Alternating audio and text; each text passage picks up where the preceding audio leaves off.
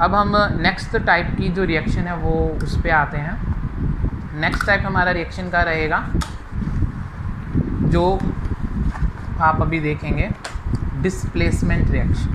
Second हमारी क्या रहेगी, displacement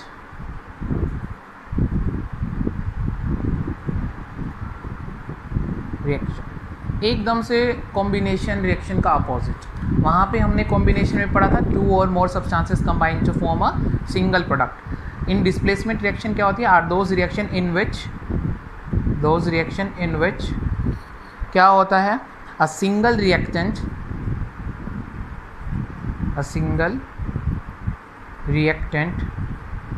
break down to form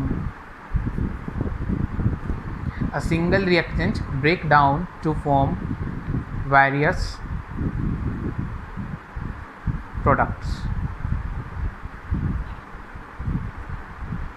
general form में हम बताएं, सपोज करो एक सिंगल रिएक्टेंट है, ये ब्रेक डाउन होके प्रोडक्ट बना रहा है बी और सी।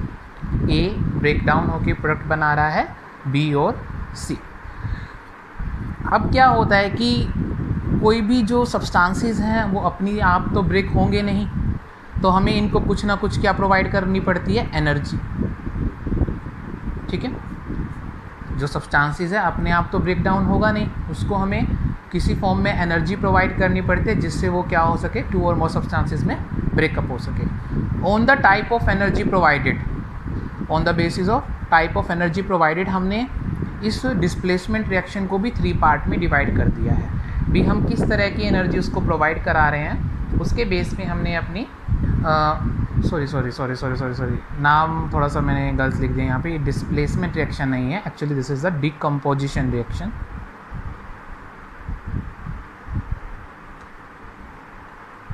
Decomposition reaction, sorry for that.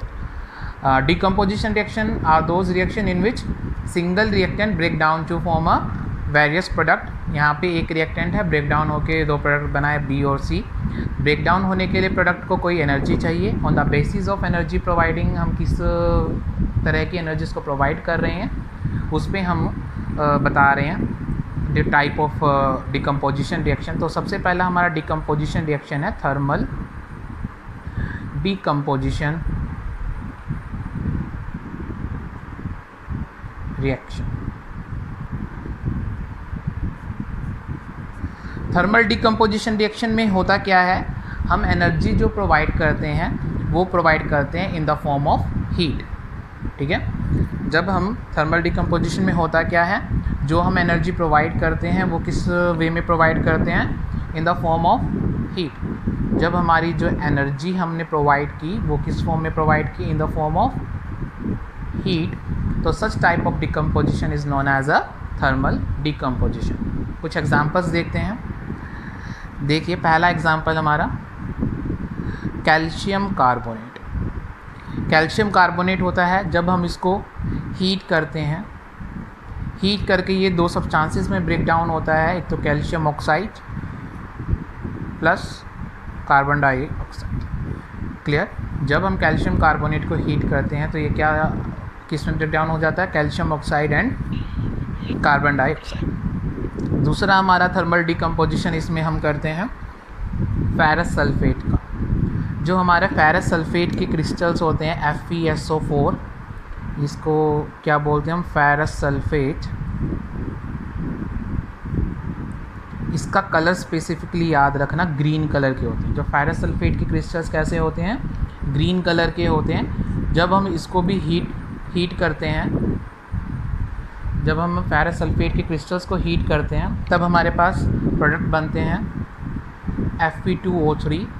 इसको हम क्या बोलते हैं, ferric oxide plus sulphur dioxide plus sulphur trioxide. ये हमारे पास 2 गैसेस बनती हैं, सल्फ़र डाइऑक्साइड, सल्फ़र ट्राईऑक्साइड। इसको बोलते हैं हम सल्फ़र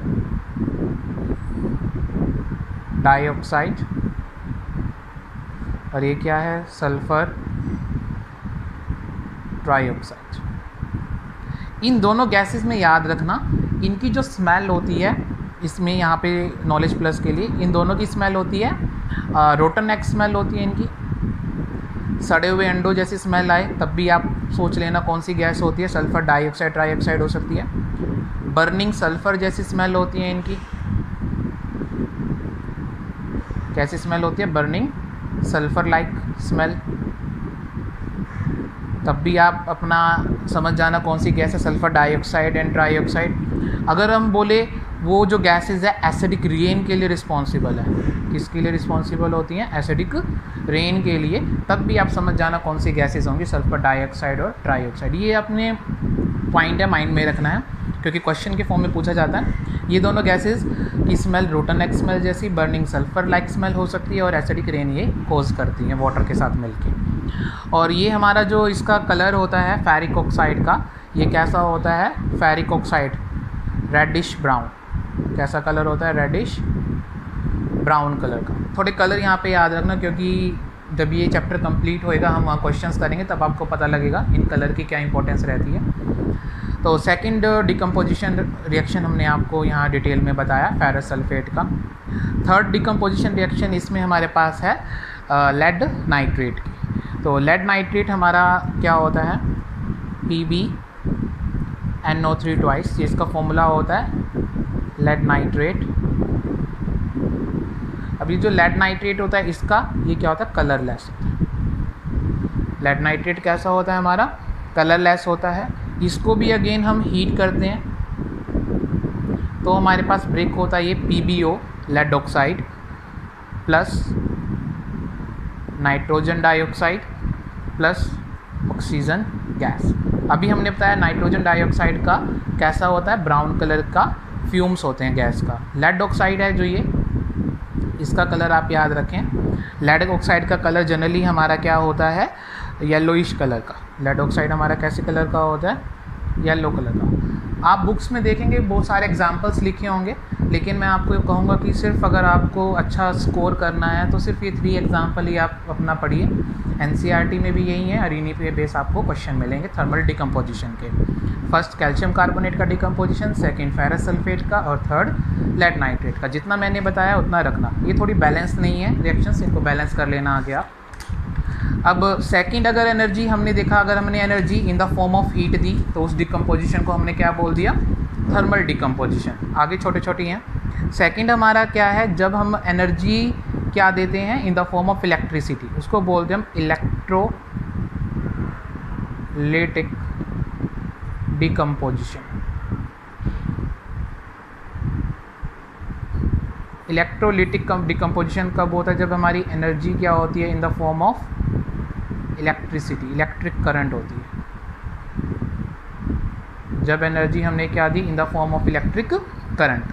आपके बुक में है भी है, अभी लास्ट ईयर क्वेश्चन भी आया था वाटर का, इलेक्ट्रोलिसिस से रिलेटेड क्वेश्चन आया था। इलेक्ट्रोलिसिस टॉपिक में टाइप ऑफ केमिकल रिएक्शन बताने के बाद समझाऊंगा लास्ट में।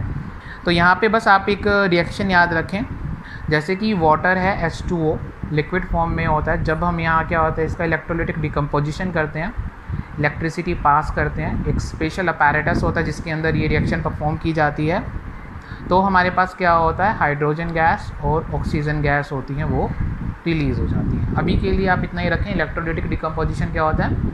When energy is supplied in the form of electricity, electrical current. और इसके लिए आपको रिएक्शन याद रखनी है, electrolytic decomposition of water.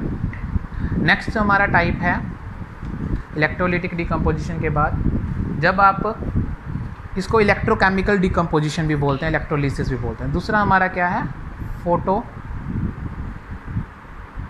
Chemical decomposition, और इसको फोटोलिटिक डिकम्पोजिशन भी बोलते हैं। इसमें एनर्जी किस फॉर्म में प्रोवाइड की जाती है? फोटो का मतलब आप सभी को पता है ना, लाइट। जब आपकी एनर्जी क्या होती है? लाइट। और लाइट जनरली हमें नेचुरली कहाँ से अवेलेबल होती है? सन से।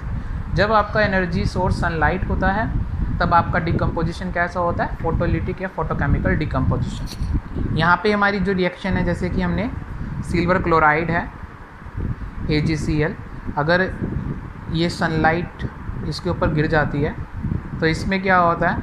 ये ब्रेक डाउन हो जाता है किसमें? सिल्वर और क्लोरीन। ऐसे हमारे पास सिल्वर ब्रोमाइड होता है AgBr। इसको भी अगर हम सनलाइट की प्रेजेंस में रख दें तो ये किस में ब्रेक हो जाता है, सिल्वर और ब्रोमीन गैस में। ये आप याद रखना। तो इसका कुछ यूज़ भी होता है। तो इसी वजह से यहाँ पे 2 क्वेश्चन होते हैं, जो AgCl होता है एंड AgBr होता है, always stored in dark colour bottles. यहाँ पे आपसे क्वेश्चन पूछ सकते हैं वाई सिल्वर क्लोराइड और silver bromide stored in a dark colour bottles. तो आपको वहाँ पे वही रिएक्शन लिख के आंसर देना होगा, because in the presence of light they decompose हो जाते हैं सिल्वर क्लोराइड और ब्रोमाइड। तो इसी वजह से हम इनको हमेशा किस में स्टोर करते हैं, डार्क कलर बॉटल्स में। और लास्ट इसमें क्या होता है, ये जो एप्लीकेशन है इट इज़ ऑल्सो कहाँ यूज़ करते हैं, also used in black and white photography. जो ये ब्लैक एंड वाइट फोटोग्राफी होती है वहाँ पे भी हम सिल्वर क्लोराइड और ब्रोमाइड का जो सॉल्यूशंस होते हैं उनका यूज़ करते हैं। तो यहाँ पे हमारे आज हमने 2 टाइप के रिएक्शंस बताए।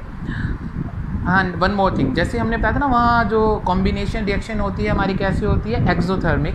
तो यहाँ पे भी अगेन नॉलेज प्लस के लिए याद रखना, जनरली वहाँ पे हीट क्या हुई थी, रिलीज एनर्जी। तो जनरली डिकम्पोजिशन रिएक्शंस जो होती हैं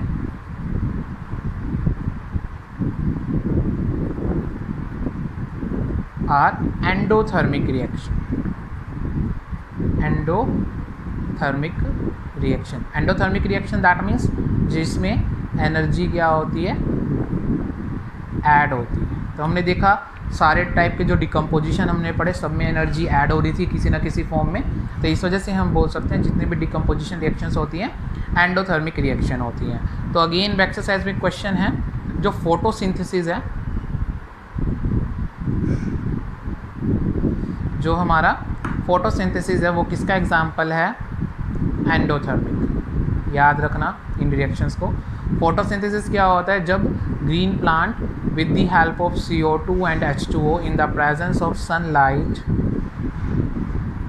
एंड क्लोरोफिल क्या बनाते हैं, फूड बनाते हैं। फूड दैट मीन्स ग्लूकोज बनाते हैं और साथ में क्या रिलीज़ करते हैं, ऑक्सीजन गैस।